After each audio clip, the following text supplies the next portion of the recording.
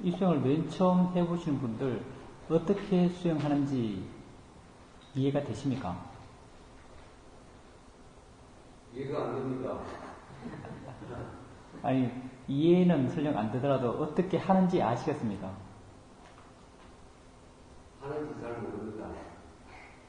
우리 그럼 수행 방법에 대해서 다시 한번 이야기해 봅시다. 사실 이 수행법을 수행하는 방법을 이해한다는 것이 쉽지가 않습니다.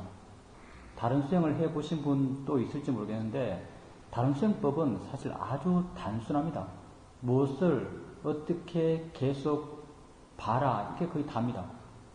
그리고 그렇게 봄을 통해서 거기서 일어나는 현상들을 알아라.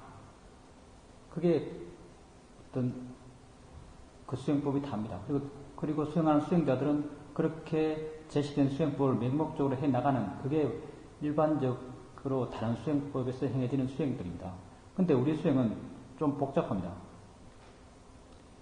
여러분의 기본 성향하고 다릅니다. 우리 마음의 기본적 성향이 뭐냐면 뭔가를 알면은 집착해서 아는 것입니다. 대상에 밀착해서 압니다. 자세히 알려고 합니다. 그게 우리 마음의 기본적인 성향입니다. 근데 우리 수행은 그것과 반대의 이야기를 합니다. 놓으라고 합니다. 잡지 말라라고 합니다. 내버려 두고 그냥 단순하게 알라라고 합니다. 그러니까 여러분 마음의 어떤 기본적 성향과는 많이 다릅니다. 그래서 쉽게 잘 안 됩니다. 우리가 알아야 될 것, 여러분의 수행의 대상은 6가지 감각기관의 일어남들입니다. 보고, 듣고, 느끼고, 생각하고, 맛보고, 냄새 맡고 하는 것들. 6가지 감각기관의 일어남이 여러분의 수행의 대상입니다. 감각기관의 고유한 그 일어남 자체가 대상입니다. 그 일어남이라고 하니까 어렵게 생각될지 모르겠는데 단순합니다. 눈은 본다는 것, 보는 작용, 귀는 듣는 작용, 코는 냄새에 맡는 작용, 혀는 맛보는 작용, 피부는 느끼는 작용, 마음은 생각하는 작용. 그것이 그 고유한 작용들입니다. 이런 작용이 있을 때 있다고 알면 됩니다. 지금 여러분이 지금 앉아 있습니다. 앉아 있을 때 엉덩이 느낌이 있으면 엉덩이 느낌이 있구나. 느낌 있다라고 가볍게 인지해 주면 됩니다. 손에 느낌이 있으면 느낌 있다라고 가볍게 인지해 주면 됩니다. 보고 있으면 보고 있다고 가볍게 인지해 주면 됩니다. 뭘 자세하게 볼 필요가 없습니다. 그게 있음을 단지 알아주면 됩니다. 그게 알아차림입니다. 듣고 있으면 듣는다라고 가볍게 알아주면 됩니다. 그렇게 하나를 그 중에 어느 하나를 잡아서 그걸 자세하게 보라고 하면 여러분 수행 잘합니다. 소리만 들으십시오 하면 소리 자세하게 듣기 쉬울 겁니다. 근데 그렇게 하면 안 됩니다. 뭘 자세하게 보려고 하지 마십시오. 왜냐하면 자세하게 볼 때 그 자세함은 이미 아주 강하게 관념화된 것이기 때문에 그렇습니다. 관념화되었다라는 말은 실제가 아니다라는 말입니다. 그걸 가볍게 보십시오. 있다고 가볍게 알아주십시오. 그러면 여러분에게 일어나는 또 다른 마음의 작용이 스스로 일어나서 자기작용합니다. 내가 엉덩이 느낌을 알고 있을 때 또 어떤 마음이 일어나서 소리 듣습니다. 나와 상관없이 일어납니다. 나와 상관없이 일어난다는 것이 아주 중요합니다. 이렇게 일어나는 것을 아십시오. 소리 듣는다라고 아십시오. 듣는다는 것을 가볍게 인지해 보십시오. 그러면 또 다른 마음은 다른 느낌을 압니다. 나와 상관없이. 그렇게 일어난 느낌을 아십시오. 이렇게 수동적으로 가볍게 알아가 보십시오. 점점 여러분 마음이 대상들을 놓아갈 겁니다. 단지 지켜볼 수 있는 그런 마음이 되어갈 겁니다. 왜 이렇게 지켜보는 게 중요한가? 이렇게 되었을 때 우리가 이해하고 싶어하는 것, 법이라고 부르는 것, 실제 하는 일어남, 이런 것에 대한 이해가 생길 수 있는 마음의 조건이 되기 때문에 그렇습니다. 좌선만이 수행이 아닙니다. 이렇게 수행하는 더 쉬운 몸의 상태는 활동하면서입니다. 걸으면서 수행해 보십시오. 걸으면 발바닥 느낌이 확실합니다. 그게 있다고 가볍게 알아보십시오. 발바닥 느낌이 있음과 동시에 손이 흔들리면서 손에서도 느낌이 일어납니다. 여러분의 의지와 아무 상관없이 그런 일어남이 있습니다. 있다고 아십시오. 바람이 뺨에 스치면 느낌이 있습니다. 여러분 의지와 아무 상관이 없습니다. 마음 스스로가 느낍니다. 느끼면 느낀다라고 아십시오. 수행홀에서는 걸을 때 천천히 걸을 겁니다. 천천히 걸으면 여러분의 마음은 또 자세하게 잘하려고 합니다. 실제 잘하려고 하는 게 더 문제입니다. 잘하려고 하는 마음은 자유롭지가 못합니다. 이게 어떻게 하는 것인지 감이 안 잡힌다면 바깥에 야외에 가서 빨리 걸어보십시오. 빨리 걷게 되면 여러분의 의지와 상관없이 알아지는 것들이 자연스럽게 생겨납니다. 그렇게 알아지는 것이 있다고 알면 알아차림을 아주 바르게 하고 있는 겁니다. 그렇게 가볍게 대상들을 옮겨가면서 알면 됩니다. 엉덩이 느낌 알았다가, 손 느낌 알았다가, 소리 들었다가, 또 다른 느낌 알았다가, 또 다른 소리 들었다가, 이렇게 옮겨가면서 대상을 알고 있다면 수행을 잘 하시는 겁니다. 그리고 아주 활발하게 옮겨가면서 알 수 있다면 수행적 잠재력이 아주 뛰어나시다라고 말할 수 있습니다. 마음이 아주 끼어있는 분입니다. 수행 방법은 계속 이야기할 겁니다. 그렇게 한번 해보십시오. 여러분이 자기 스스로가 해가면서 자기 스스로가 알아가야 됩니다. 말을 통해서만, 설명을 들었으면 어떻게 하는 방법인지 마음이 구체적으로 이해하기가 쉽지가 않습니다. 여러분 스스로 해보십시오. 그러면 조금씩 마음이 이해가 갈 겁니다. 오늘 두 번째 날인데 오늘은 우리 마음에 대해서 한번 알아보겠습니다. 마음. 우리 마음이라는 말 많이 씁니다. 마음이 아프다.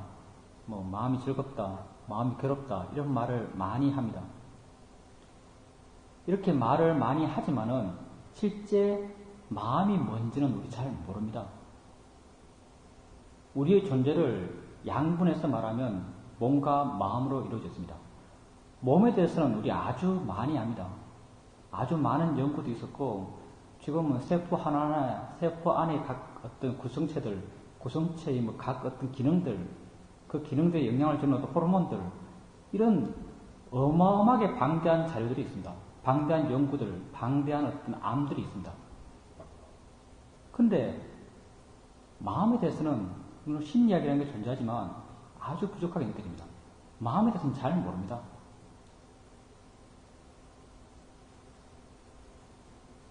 마음이 도대체 뭘까요? 더 중요한 것은 마음입니다. 어제 우리 잠깐 알아봤습니다. 바깥의 대상이 여러분 마음이 바깥의 대상으로 가서 바깥의 대상은 아닌 게 아닙니다. 바깥의 대상이 여러분 감각기관에 와서 알아지는 것입니다. 그렇게 알아지는 것도 여러분이 이미 갖고 있는, 마음에 이미 갖고 있는 정보를 갖고 해석해서 압니다. 우리 각자 똑같이 알지도 않습니다. 다 마음이 해석하는 겁니다. 그리고 또 그 해석에 대해서 마음이 고유하게 갖고 있는 가치를 투영하면서 반응합니다. 두려운 것 하면 두렵게 반응하고, 초조한 것 하면 초조하게 반응하고, 좋아할 것이라고 하면 좋아함의 반응을 하고, 다 마음이 하는 것입니다. 마음이 훨씬 더 우리 존재의 어떤 행복에 더 지대한 영향을 끼칩니다. 그런데 우리는 마음을 잘 모릅니다. 마음에 대해서 한번 알아봅시다. 도대체 이게 뭔가? 물론 구체적으로는 여러분이 수행을 해 나가면서 아셔야 됩니다. 우리가 이론적으로 설명을 통해서 알 수 있는 만큼 한번 알아봅시다. 여러분 마음이 있습니까? 마음이 있죠, 여러분. 지금 여러분 보고 있는데 보는 게 마음입니다. 여러분 듣고 있는데 마음이 듣습니다. 여러분 느끼고 있는데 마음이 느낍니다. 불교에서는 마음이 한다라고 말합니다. 근데 여러분은 그렇게 하는 것을 무엇이 한다고 알아왔습니까? 내가 한다라고 알아왔습니다. 그렇죠? 내가 본다, 내가 듣는다, 내가 생각한다라고 알아왔습니다. 곧 마음이 나다라고 여러분 믿고 살아왔습니다. 마음이 나일까요? 나라고 믿고 있습니다. 우리가 마음이 나인지 한번 살펴봅시다. 마음이 나인지. 나는 어떤 존재입니까? 나는 나를 위하는 존재입니다. 나는 나의 행복을 위하는 존재입니다. 내가 잘 되기를 바라는 존재입니다. 그렇죠, 여러분? 잘 살기를 바라는 존재입니다. 마음이 나라면 당연히 마음은 내게 좋은 길을 가르쳐 줘야 될 겁니다. 행복의 길을 가르쳐 줘야 될 겁니다. 근데 진짜 그런지 한번 봅시다. 다이어트 예를 한번 들어봅시다. 살아가면서 다이어트를 합니다. 사회적 이유 내지는 건강상 이유 때문에 많은 사람들이 다이어트를 할 겁니다. 다이어트를 해봅니다. 안 먹어봤습니다. 배가 고픕니다. 배가 고프다라고 알면 마음에서 반응들이 일어납니다. 마음이 말을 하기 시작하죠. 우리가 마음이 말한다라고 말하는데 생각이 일어날 때 대화체로 일어나는 생각을 마음이 말한다라고 합니다. 여러분 마음이 점점 마음 힘이 좋아지면 마음이 하는 말들을 들을 수 있습니다. 아주 강한 말들은 지금도 듣습니다. 마음이 끊임없이 말합니다. 사실 우리가 못 듣지만 마음이 어떤 말을 하는가? 배고픕니다. 그럼 마음이 좀 먹자라고 말하죠. 조금 먹는 건 괜찮아. 오늘 아침 목욕탕 가니까 2kg 줄었던데 뭐 이런 말 마음이 합니다. 이게 마지막이야. 이런 말 많이 듣죠. 이게 마지막이야. 이게 마음이 하는 말입니다. 이게 마지막이야. 내일부터 잘하는데 이런 말 합니다. 마음이 나로 하여금 먹도록 계속 유혹합니다. 여러분은 그 마음을 나의 마음이라고 합니다. 여러분이 그렇게 말하는 마음을 많은 경우 못 듣습니다. 의식 표면에서는 못 듣지만 의식 저변에서는 그 말을 듣습니다. 그 말을 따라서 행동합니다. 먹었습니다. 내 마음이 먹으라고 했으니까 먹었습니다. 좀 많이 먹었습니다. 먹으면 또 많이 먹게 되죠. 먹고 나는데 여러분 행복합니까? 아주 기분이 뿌듯합니까? 행복하지 않습니다. 불행합니다. 마음이 비참해집니다. 자기가 싫어질 수도 있습니다. 여러분이 어떤 사람에게 강하게 화가 났습니다. 가족들 누구에게 아주 강한 화가 일어났습니다. 화의 마음이 여러분에게 시킵니다. 쟤를 어떻게 괴롭힐까? 어떻게 하면 쟤한테 복수할까? 어떻게 하면 쟤를 고통스럽게 할 수 있을까? 화가 계속 그거 이야기해 줍니다. 어떤 말을 해라, 어떤 행동을 해라라고 화난 마음이 계속 나에게 충동질합니다. 마음이 시켰습니다. 시키는 대로 했습니다. 화로서 말하고 상대에게 화로서 행동했습니다. 하고 난 뒤에 개운합니까?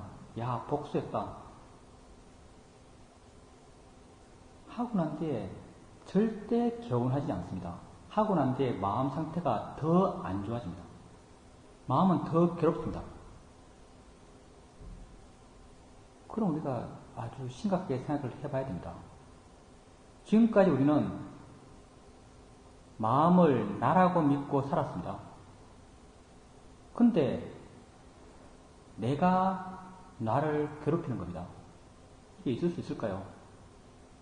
이건 있을 수가 없는 겁니다. 마음이 왜 우리로 하여금 더 안 좋은 길을 가르쳐 줄 수 있는가? 더 고통스러운 길을 제시해 줄 수 있는가? 그 길을 가라고 마음이 어떻게 우리를 떠밀 수 있는가? 왜냐하면 그 마음이 내 마음이 아니기 때문에 그렇습니다. 그 마음은 내 마음이 아닙니다. 지 성질대로 자기 작용하는 마음입니다. 욕심의 마음은 욕심의 성질대로 욕심의 작용을 합니다. 화의 마음은 화의 성질대로 화의 작용을 하는 겁니다. 마음을 믿지 마십시오. 지혜 있는 사람은 마음을 믿지 않습니다. 경전에 보면 마음이 내 것이 아니다라는 직관적 설명이 우다이 장로와 아난다 장로의 대화에서 나옵니다. 우다이 장로가 어느 날 하루 아난다 장로를 찾아갑니다. 그 이렇게 질문하죠. 몸이 물질이 무하다는 것은 붓다의 가르침을 통해서 어느 정도 이해가 됩니다. 그런데 어떻게 마음이 무하다라는 것을 이해할 수 있습니까? 설명할 수 있습니까? 라고 물어봅니다. 그러니까 아난 장로께서 이렇게 말합니다. 보는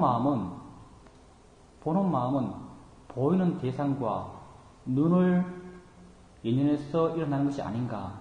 그러니까 우다이 장로가 그렇습니다. 보는 마음은 보이는 대상과 눈을 인연해서 일어납니다. 이렇게 말합니다.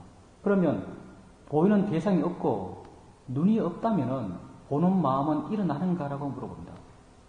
일어나지 않습니다. 라고 이렇게 우다이 장로가 대답했습니다. 그러니까 아난 장로께서 그렇습니다. 보는 마음은 눈과 보이는 대상에 의지해서 일어납니다. 만약 보는 마음이 나라면 이런 조건 없이도 항상 있어야 합니다. 그렇지만 보는 마음이 나가 아니기 때문에 조건이 있어야만 일어나는 것입니다. 이렇게 설명합니다. 조건 속에서 일어나는 것이기 때문에 내 것일 수 없다라고 경전에서 말하고 있습니다. 우리에게는 여러 가지 마음이 있습니다.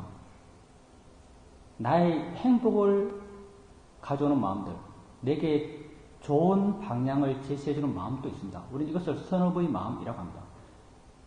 내게 고통의 길을 제시해주는 마음, 고통을 향해서 나를 떠미는 마음도 있습니다. 이것을 불선업의 마음, 좋은 마음, 나쁜 마음이라고 표현하기도 합니다. 내게 좋은 느낌을 주면 그 마음이 있을 때 내게 좋은 느낌을 주는 마음을 좋은 마음이라고 말할 수 있습니다. 그 마음이 있을 때 내게 나쁜 느낌을 주는 마음을 나쁜 마음이라고 할 수 있습니다. 다 각자가 각자의 성질이 있어서 각자의 작용을 하는 것입니다. 그럼 수행이라는 것은 뭔가? 수행이라는 것은 기본적으로 불선업의 마음의 힘을 약하게 하고 선업의 마음의 힘을 증장시켜 나가는 것입니다. 좋은 마음을 개발해 가는 것, 그게 수행입니다. 수행을 통해서 개발하는 좋은 마음을 경전에서 여러 가지로 이야기합니다. 칠각지, 팔정도, 사성제, 오력, 오근, 사여의족 이런 말들을 합니다. 경전에서는 주로 5가지 좋은 마음, 오력을 이야기하면서 이 좋은 마음을 설명합니다. 오력에 대해서 한번 알아봅시다. 수행을 통해서 개발하는 5가지 좋은 마음입니다. 맨 처음 신심이 있습니다. 신심, 믿음입니다. 여러분 붓다를 믿습니까? 아침에 우리가 붓담 사라남 가참이 합니다. 부처님께 귀의합니다. 이런 뜻입니다. 우리가 붓다를 어떻게 믿을까요? 붓다가 여러분에게 어떤 진실한 이익이 되었는지 알았을 때 붓다에 대한 믿음이 생겨납니다. 법을 믿습니까? 법이 뭔지를 알아야 법에 대한 이해가 생겨납니다. 상가를 믿습니까? 승가를 믿습니까? 붓다의 가르침을 따르면서 자기 존재의 문제를 어느 정도까지 근본적으로 해결한 사람들의 어떤 모임, 이게 승가입니다. 근본적으로 문제를 해결했다는 것, 근본적으로 삶의 고통의 문제를 해결했다는 것이 어떤 것인지 여러분 짐작이나 되십니까? 그런 것 짐작도 안 된다면 어떻게 승가를 믿겠습니까? 제 스승께서는 불법성 삼부에 대한 믿음은 아주 차원 높은 믿음이라고 말씀하십니다. 뭔가 알아야 믿을 수 있는 겁니다. 거의 모든 종교에서 신심을 어떤 좋은 그 종교 신자로서의 자질로 이야기합니다. 신심이 좋습니다라고 하면 대체로 그 사람을 종교인으로서 칭찬하는 말입니다. 근데 불교는 안 그렇습니다. 신심이 좋습니다. 이것도 전제가 붙습니다. 바른 신심입니다. 바른 신심은 어떤 제약을 갖는가 하면 지혜와 균형을 맞추는 신심이 되어야 한다는 제약을 갖습니다. 지혜와 균형을 이룰 때 그것이 바른 신심입니다. 그럼 지혜는 뭔가? 지혜는 어떤 특성을 갖는가? 지혜는 안다는 특성, 이해한다는 특성을 갖고 있습니다. 알고서 믿는 신심이 바른 신심입니다. 모르고서 믿는 신심. 많은 사람들이 모르고서 믿죠. 모르고서 믿는 신심. 그것을 불교에서는 어리석음이라고 말합니다. 부다는 얼마나 극단적으로 말씀하시는가. 깔라마 경이라는 경전이 있습니다. 앙고따라 니카에 보면 깔라마 경이라는 경전이 있습니다. 깔라마 경에서 부다가 이렇게 말씀하십니다. 깔라마 지방에 부다에 갔을 때 깔라마 사람들이 부다에게 이런 말을 합니다. 이 깔라마 지방으로 많은 수행자들이 옵니다. 수행자들이 와서 자기 가르침을 이야기하고 다른 사람의 가르침을 비난합니다. 우린 뭐가 맞는지 모르겠습니다. 부다께서 이것을 좀 바르게 해 주십시오라고 부다에게 말합니다. 부다가 그 말을 듣고 이렇게 말씀하십니다. 전통적으로 내려온 가르침이라고 해도 그걸 믿지 말아라. 경전에 그렇게 쓰여졌다 하더라도 그걸 믿지 말아라. 다른 사람이 그렇게 이야기한다 해도 그걸 믿지 말아라. 너희 스승이 그렇게 이야기한다 해도 믿지 말아라. 네가 논리적으로 생각해봐서 그럴 것이다라고 결론 내게 되더라도 그걸 믿지 말아라. 그것이 허물이었고 지혜 있는 사람의 비난을 받지 않는 것일 때 네가 그것을 취해서 그것을 행해보고 그것이 너에게 행복과 복됨을 가져온다라고 너 스스로 알았을 때 그것을 믿으라라고 말씀하고 있습니다. 다시 말해서 알고서 믿으라라는 말입니다. 근데 여러분이 무엇이다라고 분명히 알았습니다. 그러면 무엇이다라고 믿을 필요가 있을까요? 믿을 필요가 없습니다. 알면 믿음은 저절로 생겨납니다. 알게 되면 마음에 어떤 굳건함이 생겨납니다. 이렇게 되었을 때, 이렇게 알았을 때 바른 믿음이 생겨납니다. 맹목적 믿음은 불교의 믿음이 아닙니다. 이 신심이라는 것은 신심이라는 게 좀 재밌습니다. 왜냐하면 우리에게 아주 다양한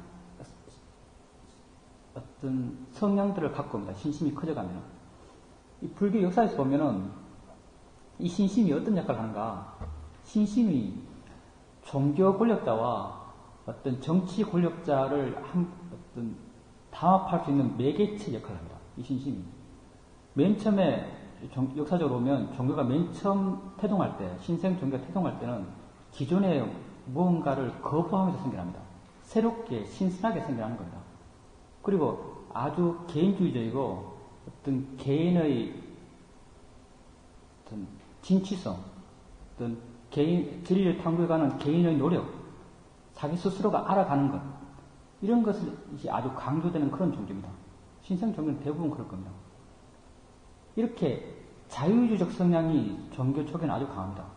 그러면 이 종교 초기에는 하나같이 권력자로부터 탄압받습니다. 왜냐하면 그런 사람들은 다루기 힘들기 때문에 통치하기 쉽지 않습니다. 자유주의적 성향이 강한 사람들, 자기 스스로 진리를 추구해가고 자기의 삶을 개척해가고 스스로 알아가려고 그러고 스스로 궁금하게 생각하고 스스로 문제의식을 느끼고 이런 성향의 사람들은 통치하기가 쉽지가 않습니다. 그래서 종교는 맨 처음 태동기에 하나같이 정치 권력으로부터 탄압받습니다. 기독교도 마찬가지고 불교도 마찬가지였습니다.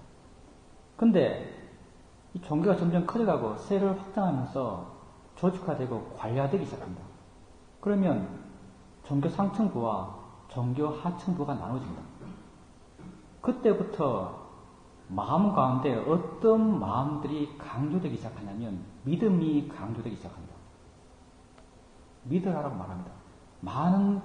많은 사람들을 가르치기 쉽지가 않습니다. 이해시키기 쉽지 않고 사람의 지적 능력도 많이 다릅니다. 아주 단순한 것이 믿으라라고 하는 겁니다. 점점 신심이 강조되기 시작합니다. 그럼 사람들은 점점 믿음의 경향으로 치우쳐갑니다. 믿는 사람들은 아주 맹목적인 사람입니다. 말하면 믿습니다. 옳고 그런 걸 따지지 않습니다. 나가서 알려는 맛도 내지 않습니다. 믿으면 되니까. 이렇게 종교 내에서 믿음이 점점 강조되기 시작하면 어느 순간부터 국가 권력이 그 종교를 지원하기 시작합니다. 왜 그런가? 그런 사람들을 다루기 쉽습니다. 믿음이 강한 사람들 문제의식을 안 느낍니다. 그냥 믿으니까. 이렇다면 이런 줄 압니다. 자기 생각을 안 합니다. 맹목적인 추종자들입니다. 그래서 국가 권력이 아주 다루기 쉬운 사람이 됩니다. 그때부터는 국가 권력이, 정치 권력이 그 종교를 지원하기 시작합니다. 그래서 뭐 국교를 취한다 이런 말을 하죠. 역사적으로 보면은 우리나라가 불교가 국가, 정치, 종교 이념으로 채택된 게 통일신라 시대일 겁니다. 신라 시대인가 통일신라 시대 정도 됐을 텐데 그 이전에 아주 큰 탄압을 받았죠. 2차 돈이 순교하기도 합니다. 많은 사람들이 죽었을 겁니다.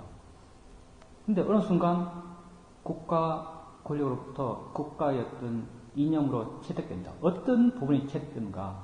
순수한 불교가 채택되는가? 그게 아닙니다. 불교 가운데서 신심을 강조하는 부분만이 채택됩니다. 그때 어떤 종교가 행해졌습니까?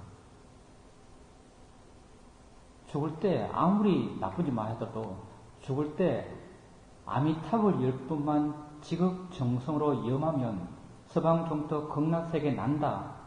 그러니까 믿어라. 이런 종교입니다. 그게 미타신앙, 정토죠. 정토사상입니다. 아미타불 10분만 정성스럽게 염하면 극락정토에 날 수 있다는 사상이 행해졌습니다. 미타신앙. 관세음보살 염해라. 관세음보살 믿어라. 그러면 물에 빠져도 죽지 않고 불에 타지도 않을 것이다. 그러니까 관세음보살님을 믿으라라고 말하는 관음사상이 채택이 됐습니다. 그리고 미타사상, 관음신앙 이것이 행해진 겁니다. 이게 어떤 논리도 없습니다. 어떻게 내 개인적으로 가서 따질 여지가 하나도 없습니다.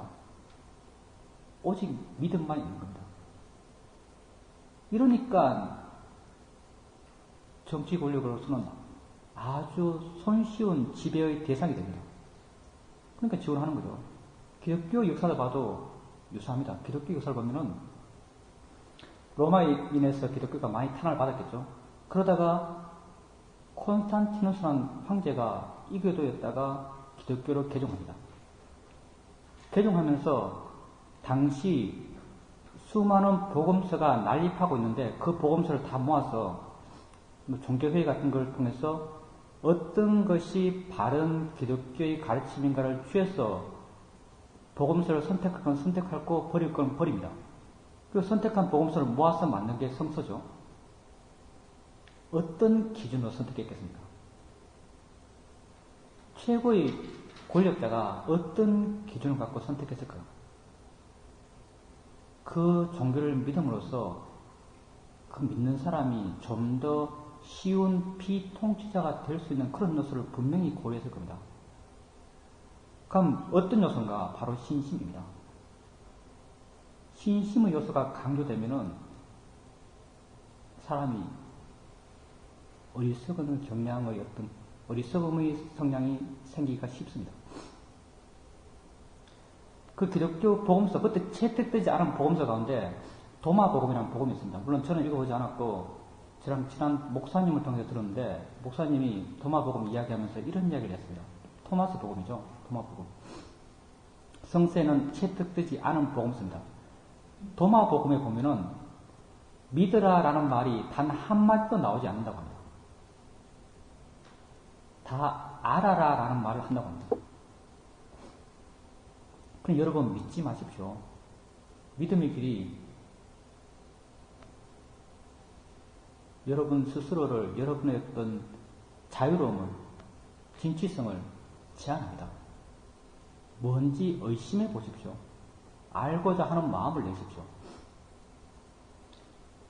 이렇게 믿음이 강한 사람들은 아주 맹목적이 된다. 그래서 아주 국가주의적 성향이 아주 강하죠. 아주 충성스러운 사람이 됩니다. 아주 보수주의자가 되고 국수주의자가 되죠. 그리고 이 믿음과 연결된 수행 방법이 뭔가? 이게 사마타 수행법입니다. 집중하는 수행, 하나의 대상을 끊임없이 봐나가는 집중하는 수행을 해나가게 되면 어떤 믿음의 성향이 아주 강해집니다. 다 사실 이게 다 아주 교묘하지만 이렇게 짜맞춰져 있죠. 종교가 이런 어떤 사회적 역할을 했습니다. 지금까지. 여러분 자유로워지십시오. 믿음은 속박이 될 수 있습니다. 아는 것을 믿으라라고 부터는 말하고 있습니다. 두 번째는 노력이 있습니다. 노력. 열심히 하는 겁니다. 여러분 사회에 살면서도 열심히 살았습니다. 목적이 있었죠. 어떤 목적을 성취하기 위해서 열심히 살았습니다. 그런 사회에서 열심히 여러분이 살아갈 때 그 열심히 살아가는 과정은 괴로웠습니다. 왜 그럴까요? 왜냐하면 그 열심히 노력하는 그 마음이 그 바탕에 욕심이 있기 때문에 그렇습니다. 안 좋은 마음은 끊임없이 우리에게 고통을 가져옵니다. 안 좋은 마음이 기본적으로 원인을 갖고 있기 때문에 그 과정이 고통스러울 수밖에 없습니다. 수행도 많은 사람들이 이렇게 합니다. 미래의 수행의 완성을 가정하고 그 완성된 모습을 이루기 위해서 지금 노력합니다.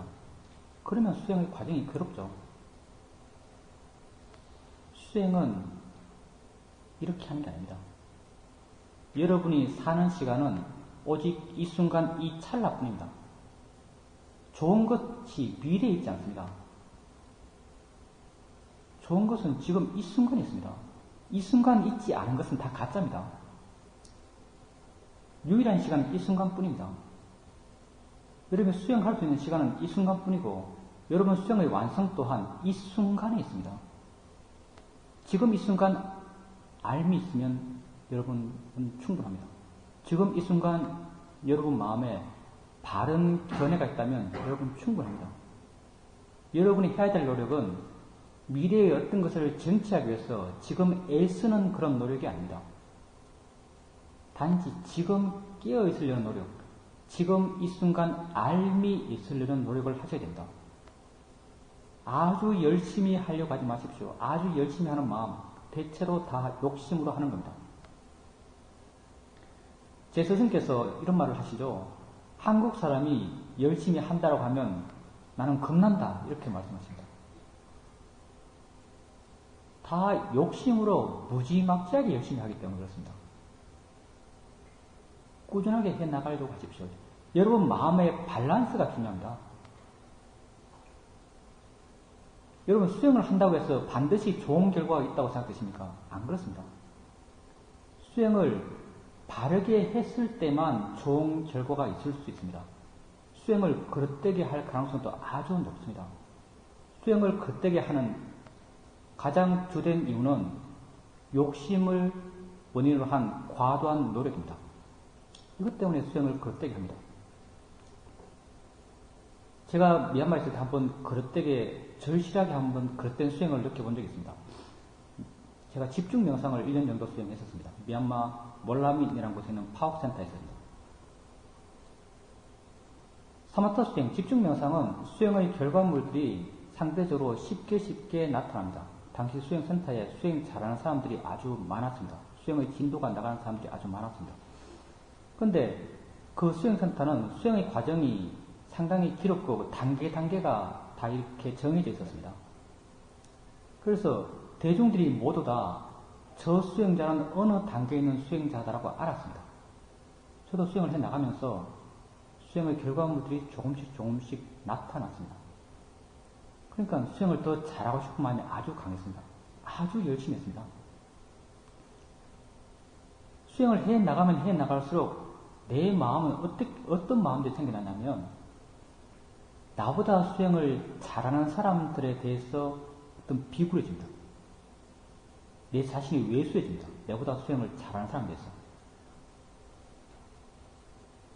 나보다 수행을 못하는 사람들에 대해서 내 마음은 오만해집니다. 그것도 못하나, 이런 마음이 생겨납니다.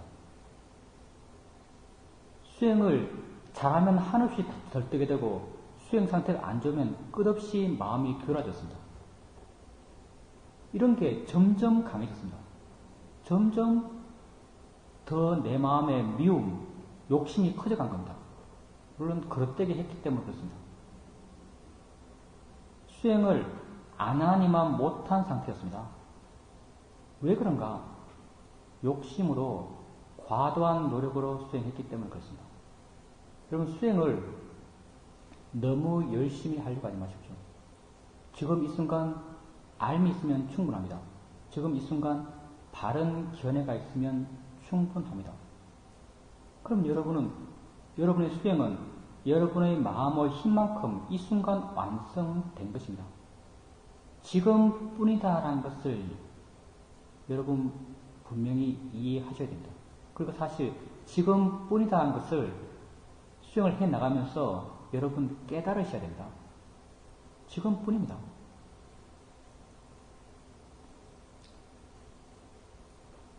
다음은 세 번째, 지혜가 있습니다. 지혜는 문해, 사해, 수해 세 가지를 이야기합니다. 들어서 아는 지혜, 생각해서 아는 지혜, 깨달아서 아는 지혜입니다. 우리 불교 전통에서는 읽지 말아라, 생각하지 말아라, 생각은 나쁜 것, 이런 어떤 문화가 어느 정도 팽배합니다. 근데 아셔야 합니다. 경전에서 명백하게 부탁해서 들어서 아는 것을 지혜라고 하셨습니다. 생각해서 아는 것을 지혜라고 하셨습니다. 생각해서 알기 위해서는 생각해야 됩니다. 수행을 바르게 하기 위해서 여러분 많이 아셔야 합니다.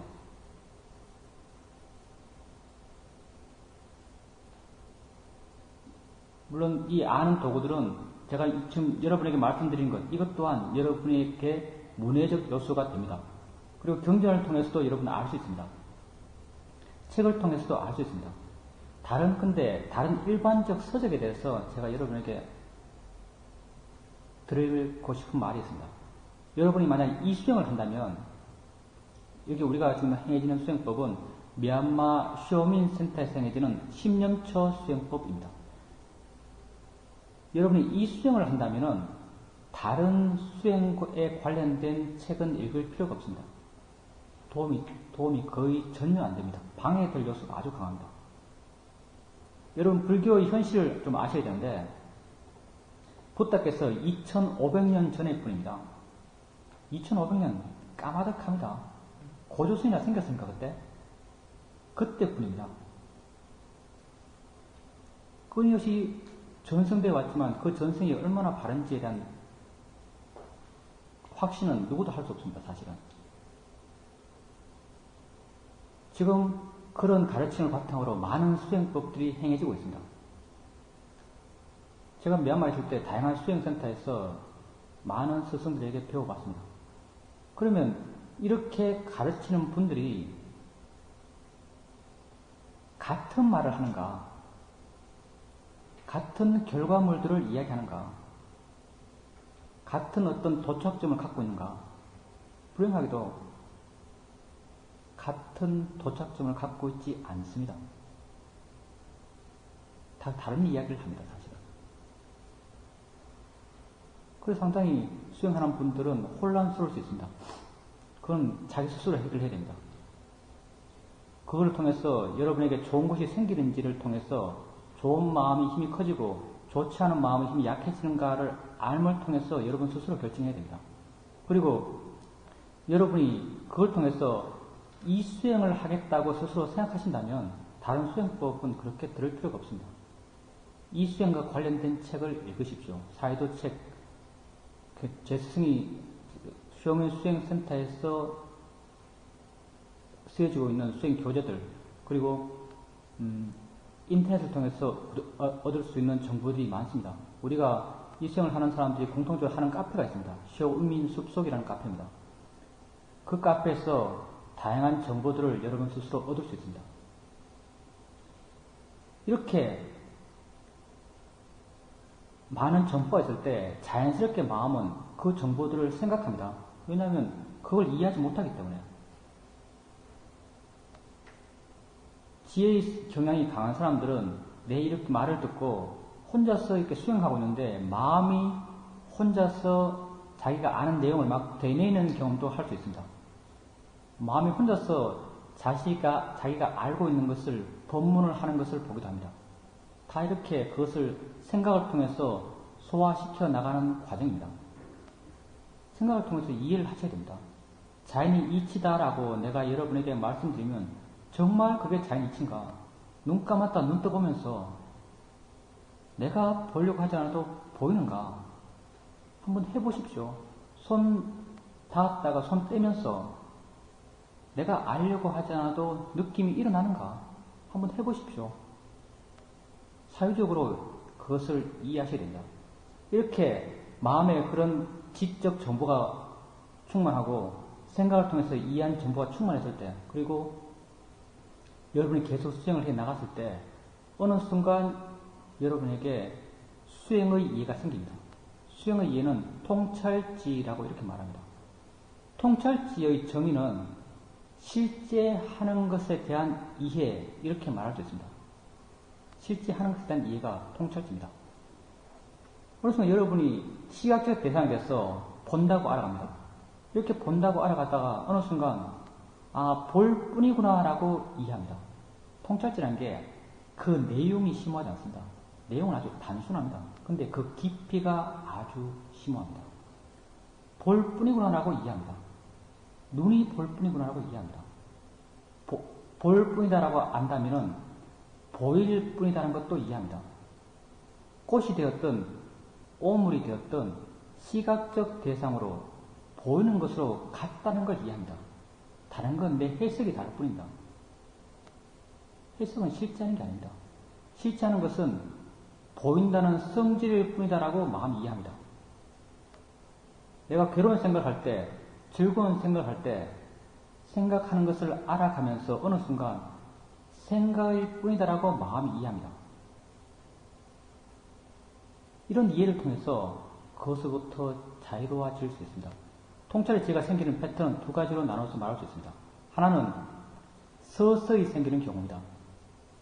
여러분이 계속적으로 알아차림을 해 나가게 되면 알아차림의 대상이 돼서 마음이 조금씩 이해갑니다.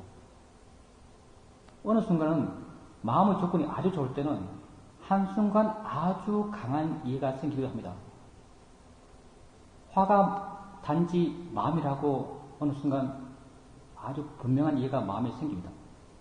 이렇게 분명한 통찰지가 한순간 아주 강하게 생길 때는 내 마음에 온통 그 이해로 가득합니다. 그 알의 느낌이 아주 충만합니다. 그리고 내가 느끼기에 내가 그것에 대해서 완전하게 안다라는 생각이 듭니다. 이렇게 여러분이 관찰해가면서 그것에 대한 이해를 조금씩 해나갑니다. 보는 것에 대해서, 듣는 것에 대해서, 느끼는 것에 대해서 조금씩 이해가게 됩니다. 그리고 이런 것을 조금씩 실제 일어나는 것에 쓰게 됩니다. 여러분 직장 상사가 있습니다. 항상 여러분에게 잔소리를 내서 보기만 해도 화가 납니다. 그런 상사가 있을 때 멀리서 그 상사가 보입니다. 마음에서 화가 일어납니다. 그럼 여러분은 그 지혜를 떠올려주죠. 대상이잖아. 보일 뿐이잖아. 라고 떠올려줍니다. 그러면 봄을 이해한 지혜가 일어납니다. 그 지혜는 앞에 책상이 보이는 것이랑 상사가 보이는 것이 같다라고 이해합니다. 그래서 내 마음의 화를 줄여주게 됩니다. 소리도 마찬가지입니다. 듣기 싫은 소리를 들으면서 화가 날 때 소리일 뿐이잖아 라고 내 지혜를 일으켜줍니다. 그러면 소리가 뭔지, 듣는 것이 뭔지 아는 지혜가 일어납니다. 그 지혜가 내 마음을 보호해줍니다. 괴로운 생각을 할 때 마음이 괴롭습니다. 괴로움이 일어납니다. 그러면 내가 생각을 계속적으로 알아차림을 해오면서 이해했던 생각에 대한 이해를 일으켜줍니다. 생각일 뿐이잖아 라고 일으켜줍니다. 그럼 그 이해가 일어납니다. 그 이해는 뭐를 이해하고 있는가? 괴로운 생각이나 즐거운 생각이나 실제로 생각으로선 동일하다는 것을 이해하고 있습니다. 이렇게 그 생각으로부터 그런 이해가 나를 보호해줍니다. 처음에는 지혜를 쓰는 것이 능숙하지 않을 때는 이런 지혜를 자꾸 일으켜줍니다. 볼 때 보는 거잖아. 들을 때 들을 뿐이잖아. 생각할 때 생각일 뿐이잖아 라고 자꾸 일으켜줍니다. 근데 여러분이 알아차림도 자꾸 능숙해지면 나중에 알려고 하지 않아도 알아차림이 저절로 있습니다. 지혜도 능숙해지면 지혜를 쓰려고 하지 않아도 지혜가 항상 마음에 있습니다. 봄을 할 때 이미 마음은 봄을 이해한 마음의 상태가 됩니다. 마음은 무한히 빠릅니다. 들음을 할 때 이미 마음은 들음이 뭔지를 이해한 마음의 상태가 됩니다. 생각을 할 때 벌써 마음은 생각이 무엇이다, 생각한다는 것이 무엇이다, 생각하는 작용이 무엇이다, 생각이 알아진다는 것이 무엇이다, 그런 것을 이해한 마음의 상태로 생각을 합니다. 점점 6가지 감각기관이 일어나는 것, 실지 않은 일어남에 대한 이해를 갖고 그것들을 알아가게 됩니다.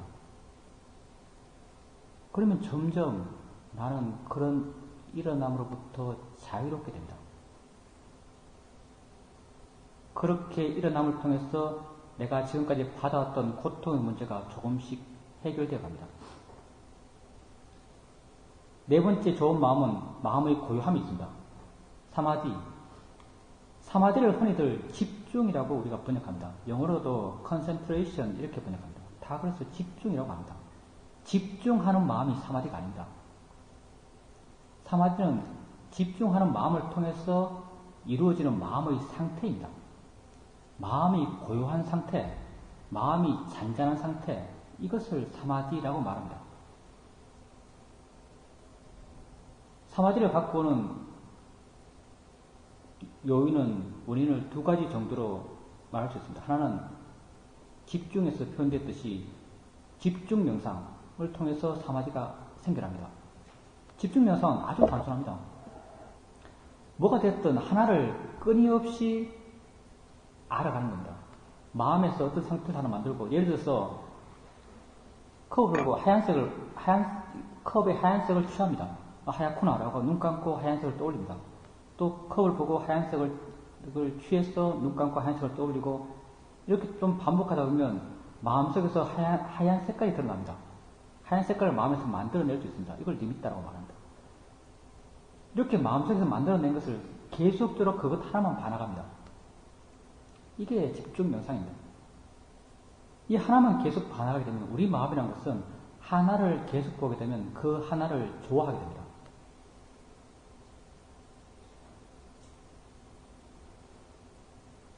여러분 오락 해본지 모르겠지만, 오락, 아주 긴 오락, 그걸 할 때 별로 재미없습니다. 근데 계속 하게 되면 하고 싶어하는 마음이 미세하게 끊임없이 마음에 일어납니다. 예를 들 게 그거밖에 없네요. 내가 대학 다닐 때, 그때는 삼국지 역풍이었는데, 삼국지를 하죠. 그러면 일주일 엔딩 하려면 엄청 시간 걸립니다. 뭐 2, 3일 밤새는 게 기본이죠. 새벽 3시에 오락하고 있을 때, 그게 재밌는가? 그때 그 상태의 마음만 딱 잘라서 보면 재미있다고 생각해 보니 거의 없습니다. 근데 계속 했기 때문에 마음에서는 미세하게 하고 싶어하는 마음, 원하는 마음이 끊임없이 일어납니다. 그래서 하게 되죠. 우리 마음이라는 것이 하나를 계속 대상으로 취하면 그 대상에 점점 몰두하게 되고 몰입하게 되고 좋아하게 됩니다. 이렇게 좋아하게 되면 그 대상에 점점 밀착해 갑니다. 마음이. 밀착의 밀도가 점점 강해지죠. 근데 마음이 대상에 아주 강하게 밀착하게 되면 다른 마음 작용을 억제하기 시작합니다. 소리 듣는 마음, 소리 듣는 작용, 생각하는 작용, 느낌하는 작용을 억제합니다. 모르게 하죠, 이런 것들을. 그러면 마음에 들어오는 정보가 별로 없습니다.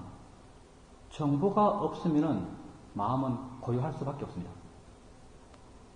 독서삼매 이런 말도 하죠. 하나에 계속 집중해버리면 소리 안 들립니다. 소리 듣는 마음을 억제해버리기 때문에 그렇습니다. 이렇게 생겨나는 고요함, 이걸 사마타적 고요함이라고 말합니다. 사마디라는 것은 이렇게 생겨나는 집중하는 자체가 사마디가 아니고 이걸 통해서 생겨나는 마음의 고요함, 이게 사마디입니다. 또 다른 요인은 우리가 하고 있는 위파사나 수행을 통해서 고요함이 생겨납니다. 수행을 해나가게 되면 여러분 6가지 감각기관의 일어남에 대해서 이해갑니다. 실제가 뭔지, 진실이 뭔지, 존재의 본질에 대한 이해가 생겨납니다. 볼 때, 꽃과 오물을 볼 때 보인다는 것은 같다라고 마음은 이해합니다. 꽃이나 오물이나 눈의 대상으로서 다르지 않다라고 마음이 이해한다면 꽃에 대해서 좋아하는 반응, 오물에 대해서 싫어하는 마음의 반응이 일어나지 않습니다. 좋은 소리, 시끄러운 소리를 들을 때 좋은 소리든 시끄러운 소리든 들린다는 성질은 같다라고 마음이 이해합니다. 그러면 거기에 대해서 마음이 반응하지 않습니다. 좋음의 반응, 싫음의 반응을 일으키지 않습니다. 즐거운 느낌, 괴로운 느낌이 있을 때 느낌으로서 완벽하게 똑같다라고 마음이 이해합니다. 그럼 즐거운 느낌을 좋아하는 마음, 괴로운 느낌을 싫어하는 마음이 일어나지 않습니다. 대상을 알지만, 대상을 아주 다양하게 알지만은 그것에 대해서 이해가 있기 때문에 그 대상에서 반응하지 않습니다. 반응하지 않으면 마음은 고요합니다. 이렇게 생겨난 고요함, 이것도 위파사나적 고요함이라고 말합니다. 대상을 알고 아주 끼어있고 아주 활발하지만 마음은 고요합니다. 이걸 빨리어는 까니카 사마디 이렇게 말합니다. 우리가 위파사나 수행을 통해서 얻고자 하는 어떤 사마디 상태입니다. 근데 마음의 고요함, 여기 대해서는 여러분이 아주 경계하셔야 됩니다. 여러분이 수행에서 만나는 큰 장애 가운데 하나입니다. 왜냐하면 여러분 수행에 나가시다가 마음이 고요해지면 그 상태를 좋아합니다. 좀 멍해지고 대상도 희미해지고 그렇지만 일어나는 것도 없고 고요하고 편안하고 안락합니다. 그럼 좋아하죠. 보통 여러분은. 근데 좋아한다는 것이 아주 함정입니다. 자꾸 그 상태에 들어가고 좋아하는 마음이 생겨나고 그 상태에 들어가고 좋아하는 마음이 생겨나 보십시오. 여러분 마음은 여러분의 것이 아닙니다. 이런 반복적 체험을 통해서 여러분 마음에 고요함을 추구하는 프로그램이 생겨납니다. 여러분은 의도와 아무 상관없습니다. 마음 스스로가 그 길을 가고자 합니다. 내적 에너지로. 그래서 수행한다라고 좌선하면 그 상태로 가버립니다. 나중에 지혜의 명성을 하기 위해서는 마음이 깨어있어야 된다, 활발해야 된다, 많은 것을 알아야 된다라고 여러분이 설령 알고 그렇게 되려고 노력해도 마음의 조건이 바뀌질 않습니다. 고요함은 경계하셔야 됩니다. 마음이 고요하다, 활발하지 않다라고 생각되면 마음의 활발한 요소를 깨워줘야 됩니다. 뭐가 일어나고 있지? 라는 질문들, 어떻게 보지? 라는 조사들, 이런 걸 통해서 마음의 관심을 키워야 됩니다. 그리고 이렇게 해도 마음의 관심을 통해서 마음이 활발해지지 않는다라고 하면 걸으십시오. 뒤에 법당에서 왔다 갔다 해도 잘 깨어나지 않는다 하면 야외에 나서 걸으십시오. 활발함과 고요함의 균형을 맞추는 것이 아주 중요합니다. 수행센터에서 주로 수행 프로그램이 좌선 1시간, 경행 1시간 이렇게 짜여져 있습니다. 왜 이렇게 짜여져 있는가? 마음의 활발한 요소와 마음의 고요한 요소의 균형을 맞추기 위해서 프로그램을 이렇게 짭니다. 왜냐하면 우리가 만들어가고자 하는 마음의 상태가 어느 특정 한 마음이 강한 상태가 아닙니다. 집중 명상은 사마디라고 하는 특정한 한 마음만을 개발해가는 수행입니다. 근데 지혜 명상은 그렇지 않습니다. 지혜 명상은 좋은 마음을 함께 균형 있게 개발해 가고자 합니다. 상반된 특성을 갖고 있는 고요함과 활발함을 함께 균형 있게 개발해 가야 됩니다. 그 중에 고요함은 함정이 될 수 있습니다. 활발함은 함정이 거의 안 됩니다. 활발함이 이 도가 지나친 경우 그게 산만한 겁니다. 근데 아무리 산만하더라도 산만한 상태를 좋아하지 않습니다. 산만한 상태에 대해서는 좋아하는 마음이 안 생깁니다. 그래서 산만한 상태를 추구하는 내적 에너지는 생기지 않습니다. 그런 프로그램은 형성되지 않습니다. 그래서 그건 문제가 잘 안 됩니다. 근데 고요함은 마음이 좋아합니다. 좋아하면 그게 프로그램이 됩니다. 그럼 스스로 그 길을 가죠. 마음이. 마음은 여러분 것이 아닙니다. 마음은 지 프로그램대로 조건되면 자기 작용을 해 나가는 것입니다.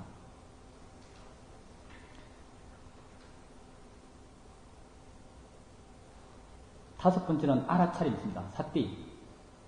알면 알아차림 있는 겁니다. 여러분 알고 살아왔습니다. 그럼 평소에도 사띠가 있었는가? 평소에도 사띠가 있었다라고 말할 수 있습니다. 근데 여러분 평소에 알아왔던 것은 다 관념적인 것을 알았습니다. 걷는다, 앉는다, 말한다, 뭘 본다. 근데 그게 수행의 사띠는 아닙니다. 수행의 사띠는 두 가지 조건이 필요합니다. 하나는 알아차린 마음에 바른 견해가 있을 것. 대상이다, 자연의 이치다라는 바른 견해가 있을 때 바른 알아차림입니다. 그리고 또 하나는 알아차림의 대상이 실제일 것. 걷는다라는 게 실제가 아닙니다. 느낌들이 실제죠. 실제는 다 6가지 감각기관의 일어남입니다.